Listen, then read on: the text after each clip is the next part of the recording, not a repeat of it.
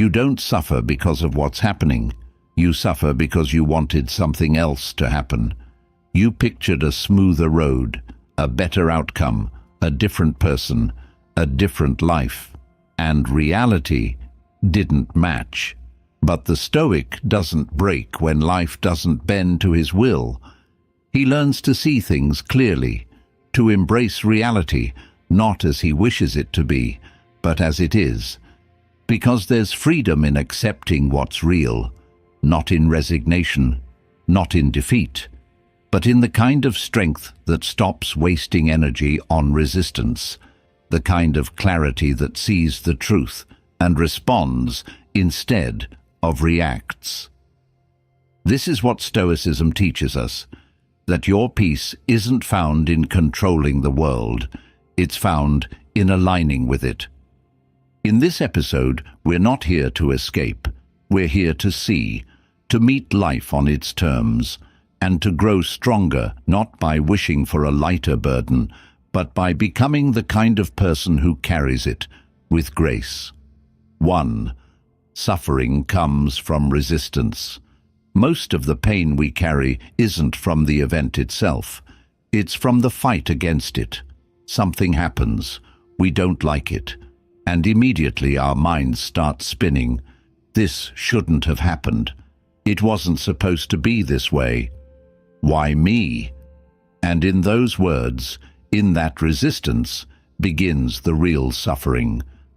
The Stoics understood this better than most. Life is going to be what it is. Plans will fall apart.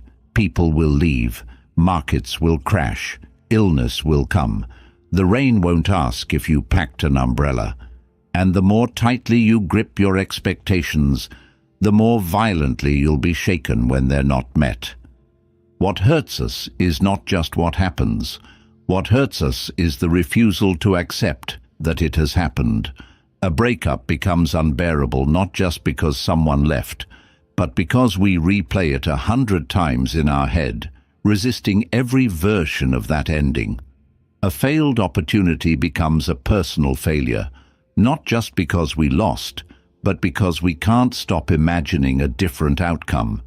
We resist, we cling, and we spiral. But the Stoic doesn't operate that way. He still feels disappointment, yes, but he doesn't let it chain him. He knows that resistance keeps him locked in place, mentally, emotionally, spiritually. It's like trying to swim while holding a heavy rock underwater. You can fight all you want, but you're the one pulling yourself down. And what's the rock? The belief that reality should be different. Marcus Aurelius wrote, "If you are pained by any external thing, it is not this thing that disturbs you, but your judgment about it. And it is in your power to wipe out this judgment now." That's the shift. The Stoic doesn't waste energy on what already is. He learns to meet life where it actually stands, not where he wishes it would be. Because wishing doesn't change facts, and facts don't care about our feelings. But acceptance doesn't mean you give up. It doesn't mean you stop trying to improve things. It means you begin from truth, not fantasy. There's a difference between saying, "This shouldn't be happening," and saying, "This is happening. Now, what can I do about it?" One paralyzes you. The other empowers you. And let's be honest, resistance isn't noble. It's often fear in disguise. It's the part of us that doesn't want to feel discomfort, doesn't want to grieve, doesn't want to let go. So we fight reality, hoping if we resist long enough, maybe it'll change. But it doesn't, and we just stay stuck, tired, bitter. So what's the answer? The Stoic says, stop resisting, sit with what's real, name it, breathe into it. Stop trying to mentally escape through should have and could be. Reality doesn't respond to denial, it responds to engagement. And once you accept what is, truly accept it, something shifts. There's a clarity that returns, a calmness, a space where action becomes possible again. You may still feel grief, but you won't feel trapped. You may still feel loss, but it won't own you. You'll stop pouring your energy into rewinding the past and start using it to shape your next step. That's the beginning of healing, not avoidance, not fantasy, just honest, grounded acceptance. Here's the paradox. What you accept fully often loses its power over you, because when you stop fighting reality, you're no longer split in two. You're no longer half here and half in a world that doesn't exist. You return to this moment, this breath, this truth, and from there you can build. So ask yourself with humility, where in my life am I resisting what simply is? What pain am I holding on to, not because it's still happening, but because I keep wrestling with it in my mind? And if you're ready, don't just let go of the story. Let go of the resistance to the story, because suffering doesn't come from reality. It comes from our war with it. And the moment you stop fighting is the moment you start living again. 2. See clearly, not ideally. So much of our pain comes from distorted vision, not of the eyes, but of the mind. We don't see life as it truly is. We see it as we wish it would be. And when reality collides with our ideals, we feel betrayed, disappointed, even broken. But the Stoic doesn't ask the world to be perfect. He asks to see it clearly. We are raised to believe in ideals, the perfect partner, the ideal job, the flawless life plan. Social media feeds it, stories feed it, our own fantasies feed it. And over time, these illusions become our measuring stick. We don't compare life to truth. We compare it to a fantasy we constructed in our heads. And of course, reality loses. It always does. Because no moment, no person, no situation can live up to a perfect image. And yet, we judge it anyway. The Stoics were brutal in their clarity.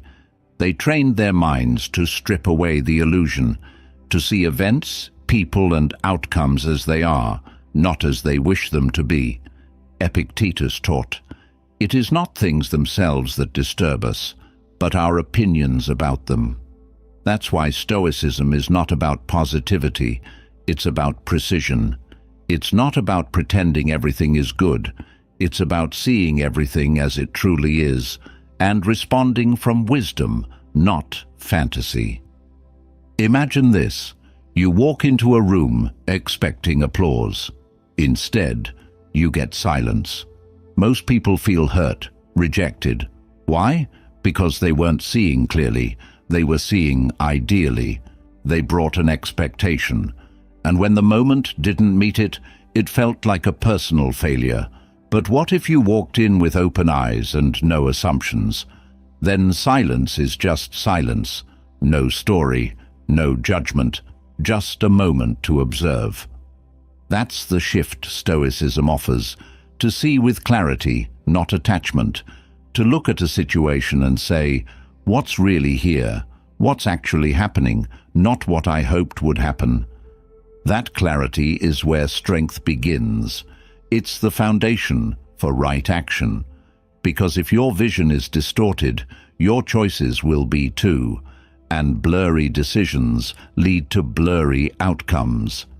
Think about how often we idealize people and then get crushed by who they really are. We fall in love with an image, not a person. We enter friendships with unspoken expectations. We chase careers without understanding the sacrifices. And when reality doesn't mirror the dream, we feel cheated. But the Stoic says, don't blame the world, blame the illusion, because clear vision doesn't disappoint, it prepares. That doesn't mean we stop dreaming, but it means we stop lying to ourselves. We stop projecting our desires onto the present. We stop dressing up the moment in clothes it doesn't wear. Seeing clearly isn't about being cold, it's about being honest.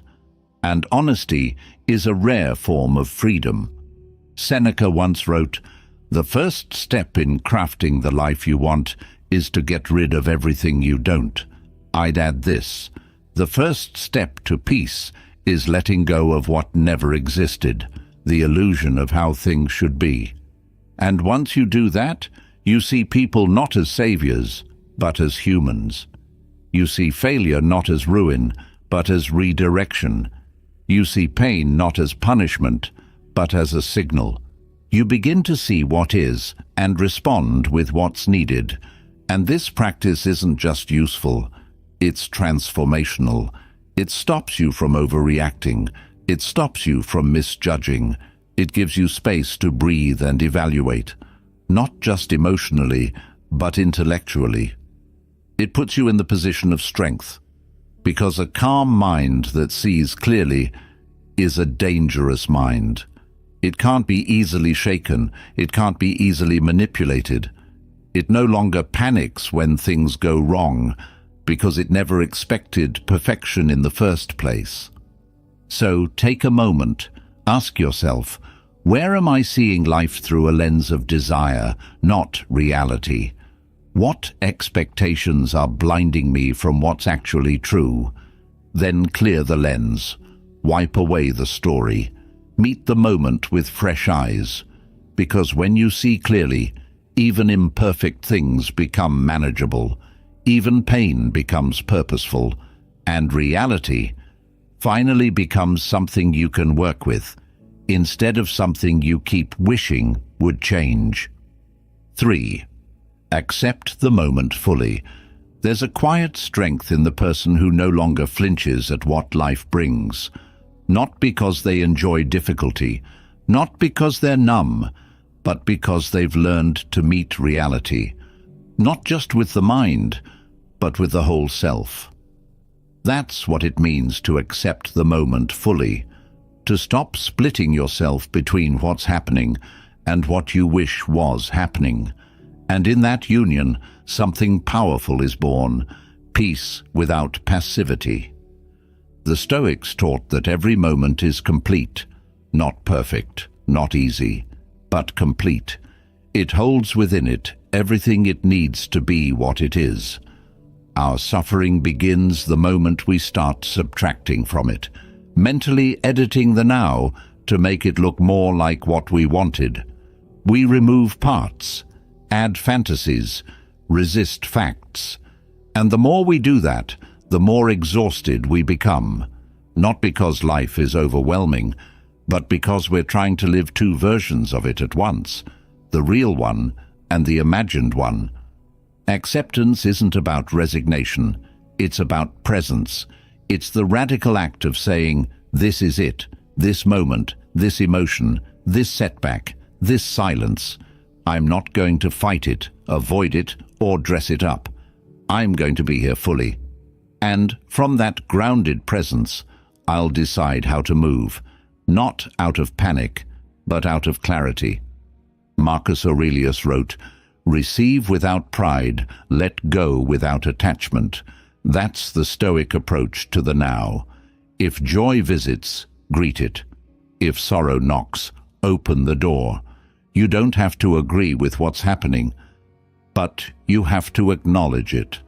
Because denial doesn't protect you, it delays your power, and acceptance brings you back to it. Let's be honest, we've all been taught to resist, to distract ourselves, to escape into screens, into noise, into activity, anything but the rawness of the now. But the more you run from the moment, the more disconnected you feel. And what is anxiety, if not the inability to sit still in what is? Imagine this. You're standing in the rain. You can curse it. You can try to outrun it. Or you can accept that you're wet, that the clouds are not your enemy, and that there's still breath in your lungs. That shift from resistance to presence doesn't stop the rain, but it changes your relationship to it. Suddenly, you're no longer a victim. You're an observer. You're a participant in reality, not just a reactor to it. And in that shift, suffering transforms. The Stoics practiced this daily. When illness came, they accepted it before they treated it. When grief arrived, they made space for it before they analyzed it. When fortune turned, they didn't scream at the sky. They steadied their hearts, not out of weakness, but out of deep, cultivated strength. Because when you accept the moment fully, you reclaim the energy you were wasting on wishing it away. So how do we begin? Start with your breath. It is the only part of this moment you can feel, control, and honor simultaneously. When something hard happens, pause. Before the reaction, before the judgment, before the spiral. Just notice. What are the facts? What are the stories? What are you feeling? And what are you adding to that feeling? Because often, what hurts isn't the pain. It's the meaning we attach to it. Then, once you've met the moment honestly, act from it. Not from fear, not from fantasy, but from the calm intelligence that rises when you stop trying to escape. Because only when you accept the moment can you actually change it. Seneca reminded us, "A wise man is content with his lot, whatever it may be, without wishing for what he has not." That doesn't mean you don't grow or improve or dream. It means you stop waiting for conditions to be ideal before you show up fully. It means you stop telling yourself that life begins once things are different. Number life is here, right now, in this breath, in this challenge, in this imperfect, unfiltered moment. So ask yourself with courage, am I here? Or am I somewhere else, lost in regret, fantasy, or fear? Because once you return to the moment, you realize the peace you've been chasing wasn't hidden in the future. It was waiting right here the whole time. 4. Adapt to what is, not what should be. There's a kind of suffering that doesn't scream. It lingers. It lives in the space between what we expected and what actually happened. In the quiet whisper of, "It wasn't supposed to be like this." But life doesn't follow our scripts. The Stoic understands this, and instead of demanding the world conform to his plan, he adapts himself to reality. He shifts, adjusts, and moves forward, not because it's easy, but because it's wise. We grow up writing mental blueprints for how life should unfold. We map out careers, relationships, identities, and somewhere along the way, we forget that these blueprints are fiction, ideas we created, not promises life made. Then something disrupts the script. A betrayal, a loss, a sudden turn we didn't predict, and we freeze, not because we can't move, but because we can't let go of what should have been. This is where many people get stuck, in resistance to the present, because it doesn't match the past's vision, and instead of adapting, they wait. They wait for life to go back to the way it was, or the way they imagined it would be. But waiting is not stoic. Reacting blindly isn't stoic either. Adapting, that is the stoic path. Marcus Aurelius wrote, "The impediment to action advances action. What stands in the way becomes the way." That's not just poetic philosophy, it's a survival tool. Life changes, people leave, plans fail. And the more attached you are to how it should have gone, the more you'll resist how it must go now. But if you accept what is, and I mean truly accept it, then you're not frozen anymore. You're free to act. Adaptation isn't passive, it's power in motion. It's the ability to respond to change without losing your center. The tree bends with the wind so it doesn't break. The Stoic bends with reality so he doesn't fracture under its weight. He sees clearly, this is the new condition. This is what we're working with. And from that place of honesty, he moves. But many people confuse adaptation with weakness. They think changing direction means surrendering their vision. That's not adaptation, that's defeat. True adaptation is choosing a new route without abandoning your principles. It's rethinking your plan while holding on to your integrity. The Stoic doesn't say, "I give up." He says, "Let's revise." And sometimes adapting means grieving the old plan, mourning what won't happen. That's not weakness, that's clarity, that's emotional maturity. To say, "That was what I wanted, but this is what's here, and I will meet it fully," because clinging to "should be" will drown you. It ties you to a reality that doesn't exist. But what is, no matter how hard, is real, and what is real can be worked with, shaped, transformed. Fantasy cannot. So the next time you find yourself thinking, "This wasn't the plan," pause, breathe, ask, "But what is the new reality? What does this moment ask of me? How can I meet it with strength instead of sulking over its imperfections?" That's what Stoic adaptation looks like, not emotional withdrawal, not forced optimism, but thoughtful response to the present. It's a practice, it's a discipline, it's a form of inner freedom. Seneca once said, "A wise man adapts himself to circumstances as water shapes itself to the vessel that contains it." Notice, the water doesn't lose its nature, it simply adjusts to the container. In the same way, you don't lose who you are by adapting. You reveal your resilience. You discover new layers of strength and flexibility. You become bigger than the moment, not defeated by it. So again, ask yourself, what am I still trying to force? What plan am I unwilling to update, even though reality has already moved on? Then choose clarity over clinging. Trade expectation for adjustment. And you'll find that in adaptation, not control, lies your deepest power. 5. Reality is your teacher. There's a kind of wisdom you can't get from books. You can't find it in lectures or podcasts. You can only earn it by facing the raw, unfiltered experience of life, as it is.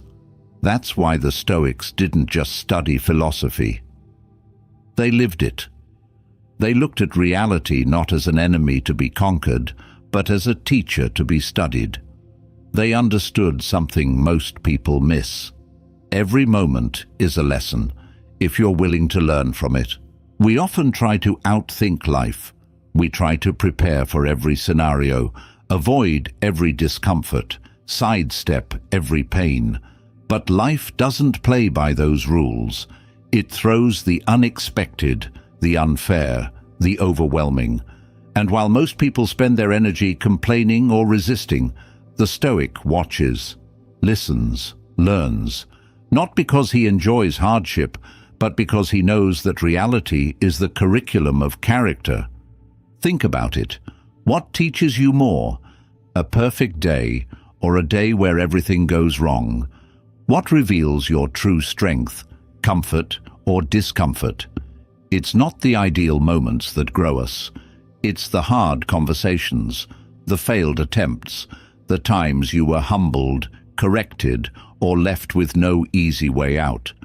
Those are the moments that refine your perception, that sharpen your patience, that reveal what you still need to master within. Epictetus said, "Difficulties show what men are." In other words, reality exposes you, and in doing so, it teaches you. But only if you're willing to stop asking, "Why me?" and start asking, "What can this show me?" And here's the thing, reality doesn't flatter you. It doesn't lie to make you feel good. It tells you the truth, often in brutal ways. That's why most people avoid it. They'd rather live in distraction than face the honest mirror of real life.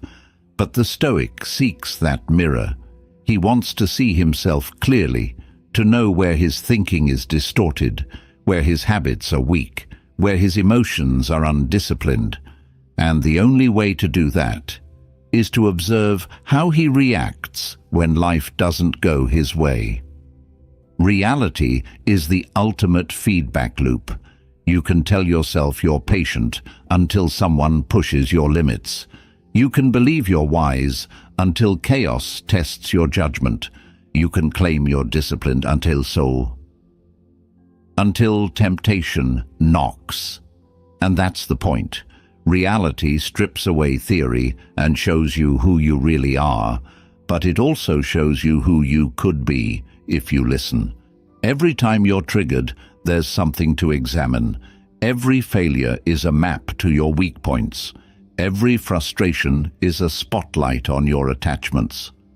Life is constantly teaching, but most people are too busy resenting the lesson to absorb it. So how do you become a student of reality? Start by paying attention. When something goes wrong, don't just react, reflect. When you feel uncomfortable, ask yourself, what part of me is being challenged right now? Is it your pride, your expectations, your need for control? That moment of awareness is the beginning of growth, and it only happens when you treat reality not as a punishment, but as a professor. Next, be willing to revise your thinking. The Stoic doesn't cling to old beliefs just because they're comfortable. He lets reality reshape him. If an idea no longer serves you, let it go. If a habit is failing under pressure, adjust it. If your perspective is causing unnecessary suffering, change it. This is intellectual humility. This is mental strength. Seneca wrote, "It is not the man who has too little, but the man who craves more, that is poor." In the same way, it's not the person who faces hardship that is weak. It's the one who refuses to learn from it. The one who keeps repeating the same mental patterns, the same emotional responses, the same complaints, expecting life to get easier instead of becoming someone stronger. So ask yourself right now, what is life trying to teach me that I've been refusing to learn? What pain keeps repeating, not because it's inevitable, but because I haven't grown beyond it? The Stoic doesn't just survive reality. He uses it, learns from it, trains through it, because in the end, the world doesn't need to become easier. You need to become wiser. 6. Make peace with imperfection. We spend so much of our lives trying to smooth the edges, fix the flaws, perfect every detail. We want things to look right, feel right, happen exactly as planned. But life doesn't work that way, and neither do people. There's no final version of you that will be immune to mistakes, free from doubts, or untouched by pain. And the sooner you stop demanding perfection from yourself, from others, from the world, the sooner you'll find peace. Stoicism doesn't teach us to chase flawlessness. It teaches us to accept the imperfect, not with resignation, but with reverence, to see beauty in the incomplete, to live fully in the presence of chaos, mess, and contradiction. Because reality is not a clean line, it's jagged, unpredictable, and wild. And trying to force it into a perfect shape only leads to frustration. Most of our anxiety comes from this unrealistic expectation that we should always be calm, always be productive, always be right. But the truth is, you'll be tired, you'll be irritable, you'll fall short of your own ideals.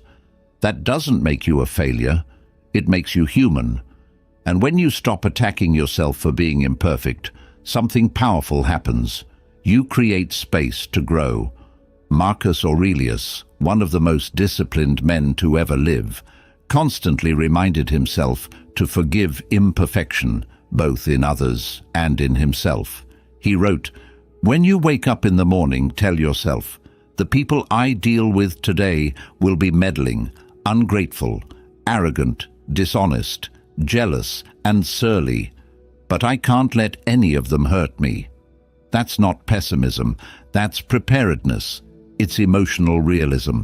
It's understanding that flaws are part of the equation, not a deviation from it.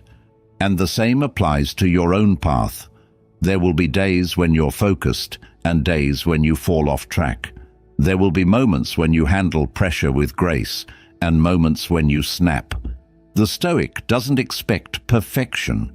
He expects practice. That's the mindset shift, from performance to progress, from control to curiosity. Think of a sculptor.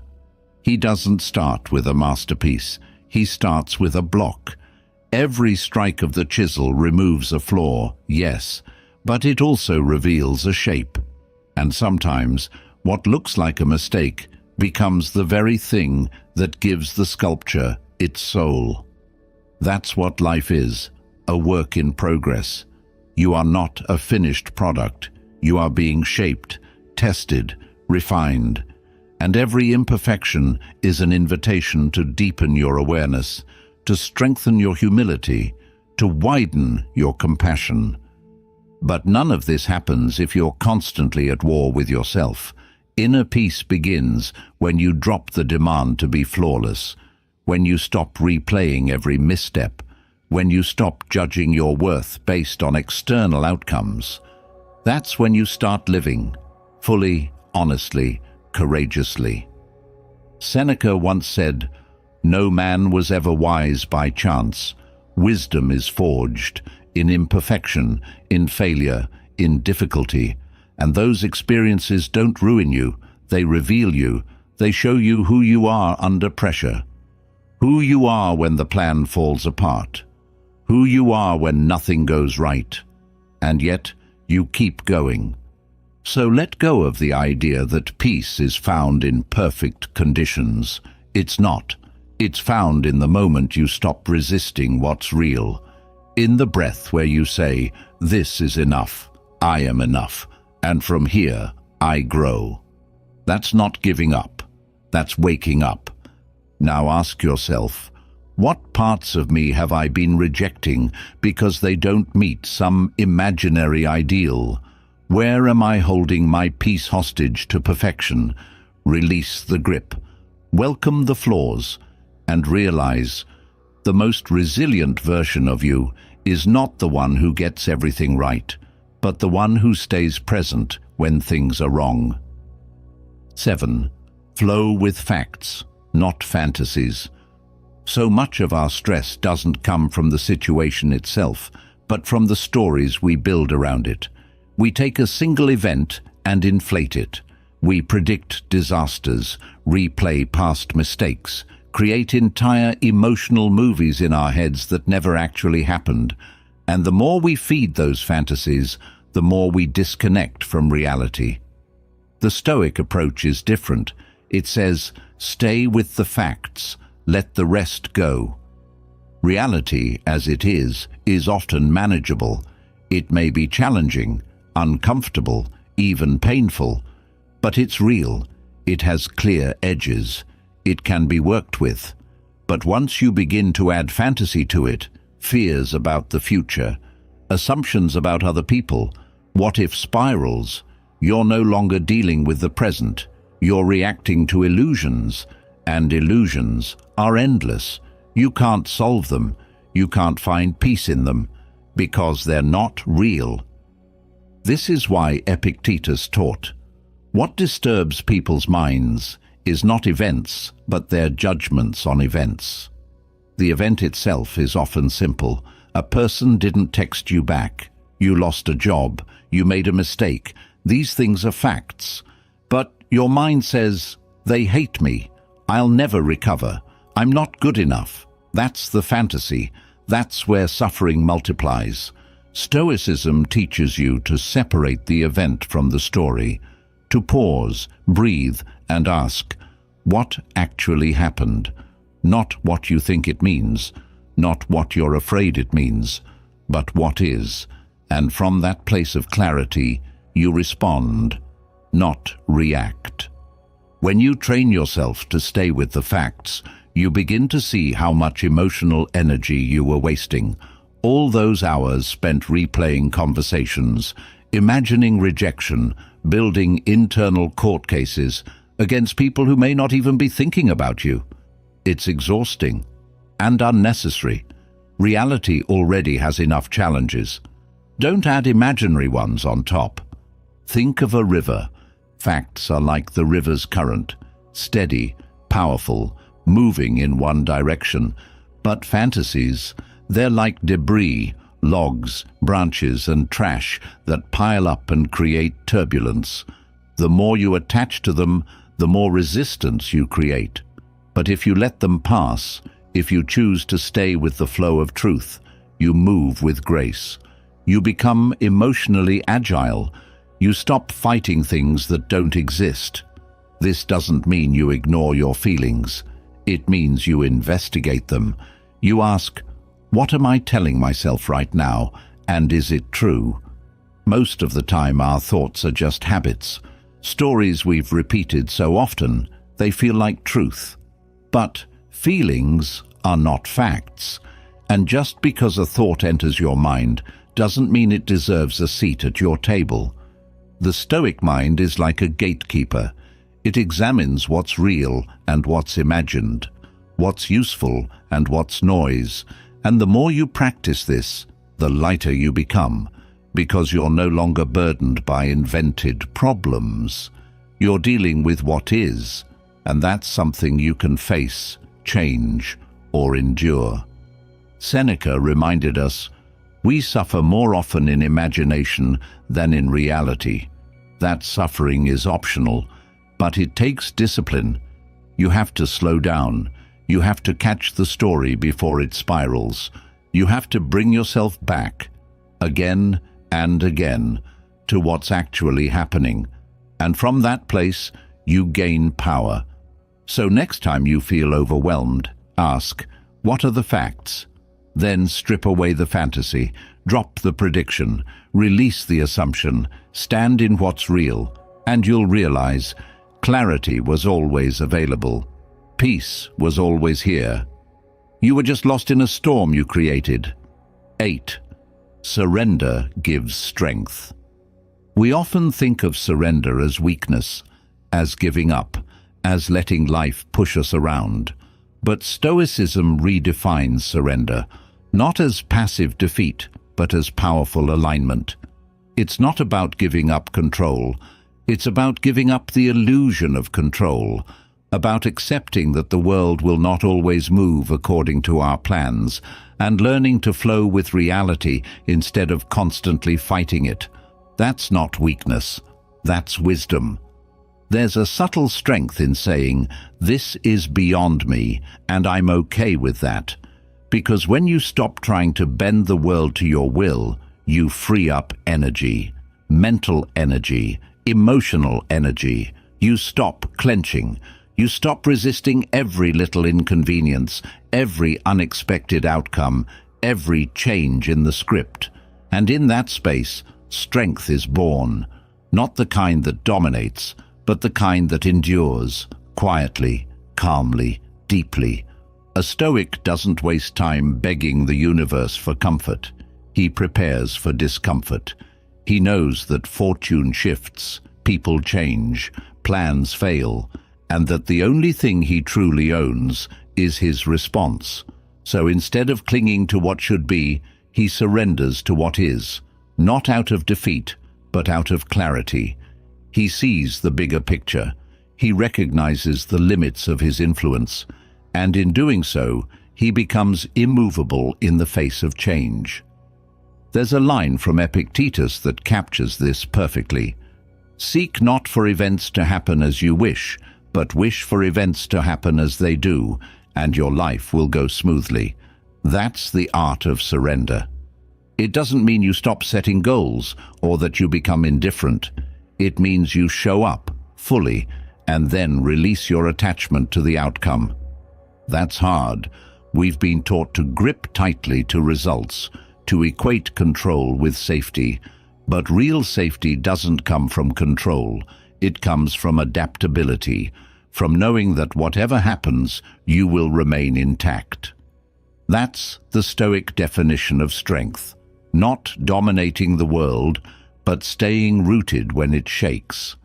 And often, the moment you surrender is the moment things begin to change.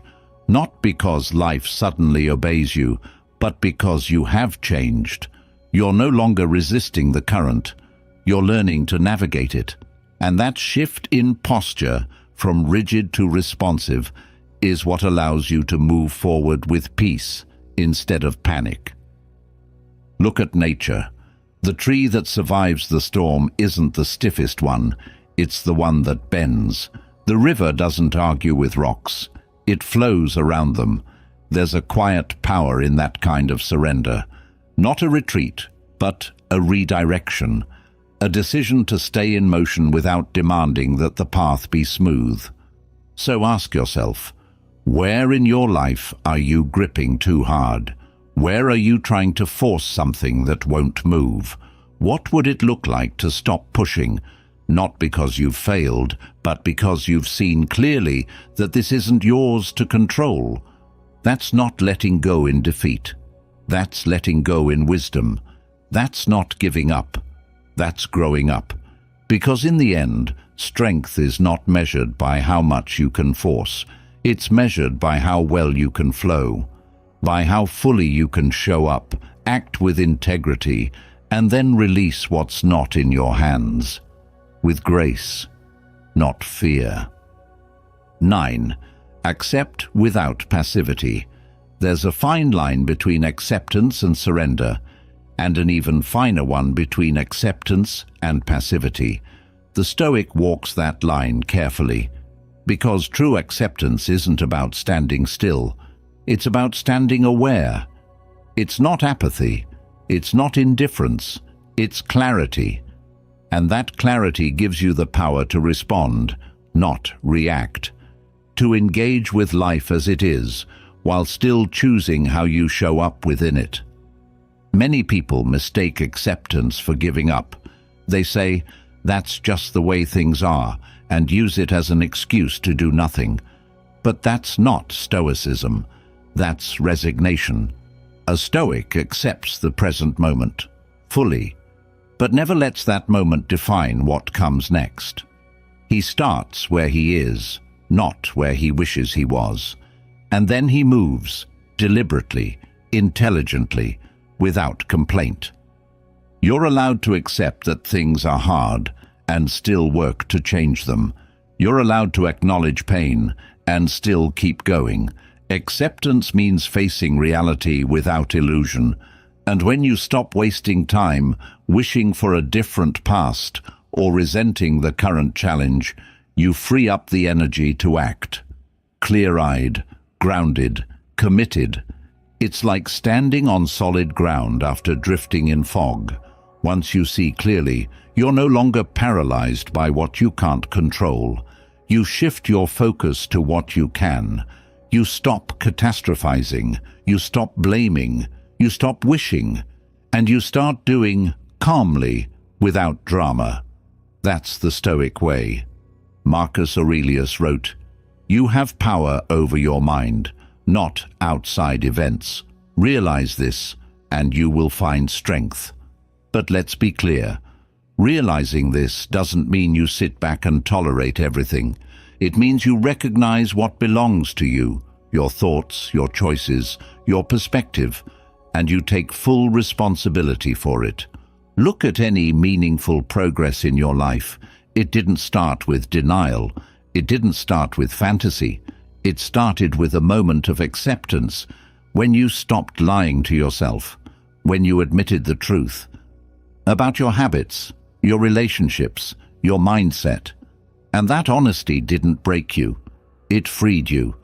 Because once you accept what is, you can begin to change what will be. So where do we draw the line between peace and passivity? It's in the intention. Peace says, "I will not let this shake my soul." Passivity says, "There's nothing I can do." Peace says, "I can respond with wisdom." Passivity says, I'll just wait for things to fix themselves. The Stoic knows the world doesn't owe you comfort, it doesn't owe you fairness, but it does offer you choices. And those choices begin with accepting reality, then acting within it. Accept that some people won't understand you, and keep living with depth. Accept that some plans will fall apart, and build better ones. Accept that growth is slow, and show up daily. This is not weakness. This is mastery. The quiet discipline of choosing clarity over control, action over avoidance. So ask yourself today, where have I confused acceptance with passivity? What have I tolerated, not because I chose peace, but because I gave up the fight too early? You can be at peace and still set boundaries. You can be calm and still chase excellence. You can accept the world as it is and still do everything in your power to make it better, starting with yourself. 10. Presence is found in reality. We talk a lot about being present, about living in the moment, appreciating the now, grounding ourselves in the current experience. But the truth is, most people don't live in the moment. They live in a story about the moment, a judgment, a memory, a fear. Presence isn't just about being here physically, it's about being here mentally, emotionally, and intentionally, and you can't do that if you're running from reality. Stoicism teaches that presence begins where illusion ends. You can't be fully alive in this moment if your mind is arguing with it. If you're regretting what already passed or fearing what hasn't arrived, then you're not really here. You're somewhere else, caught in a mental fog, and the only way out is to return, not to what should be, but to what is. Reality, raw, honest, imperfect, is the only place where life actually happens. And when you commit to seeing it clearly, you reclaim your attention. You stop leaking energy into fantasy.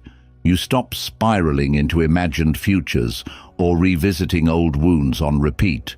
You face what's in front of you, and in that moment, you become present, not because you meditated, not because you repeated a mantra, but because you stopped resisting what's real. Marcus Aurelius wrote, "Confine yourself to the present." Why? Because the present is the only domain where action is possible, where choice exists, where growth happens. The past is gone, the future is uncertain. But this breath, this task, this thought, is where your life is being shaped. Every moment you're present, you're planting seeds of strength, of discipline, of peace. Presence doesn't mean perfection. It doesn't mean every moment feels magical. Sometimes being present means sitting with discomfort, with boredom, with grief. But even then, especially then, presence gives you power, because it puts you back in contact with what's real. And only from reality can you respond with clarity. We often think, once life calms down, then I'll be present. But presence doesn't wait for calm. It creates calm. It's a choice to stop racing ahead, to stop escaping, to bring your mind back into alignment with your body. That's not always easy, but it's always worth it, because the more time you spend anchored in reality, the more grounded, wise, and resilient you become. And here's the paradox. The more you practice presence, the more expansive life feels. Time slows down. Small things matter more. Joy becomes available in moments you used to overlook. You stop chasing highs and start appreciating depth. Because you're no longer somewhere else. You're here, fully, awake. So ask yourself now, where are you? Not physically, but mentally. Are you here? Or are you lost in an argument that ended days ago, in a future that hasn't arrived, in a version of yourself that no longer exists? Bring it back. to the breath, to this thought, to this choice. Because presence, true, grounded, stoic presence, is not about escaping life. It's about entering it fully, with open eyes, steady hands, and a mind that has learned to live not in fear, not in fantasy, but in reality. So much of life is spent in resistance, fighting what's already happened, arguing with what is, wishing people were different, wishing you were further along. But the Stoic sees through the illusion. Suffering begins where acceptance ends, and peace begins the moment we stop asking the world to change and begin choosing how we show up within it. You've now heard 10 reminders, not just about Stoicism, but about living awake, living anchored, living free, free from illusion, free from the noise of opinions, free from the mental weight of trying to control everything outside of you. And now, the question is not just, do I agree? The question is, will I apply? Because wisdom without action is just decoration. Real strength isn't found in what you know. It's in how you respond, how you rise, how you stay grounded when nothing else is.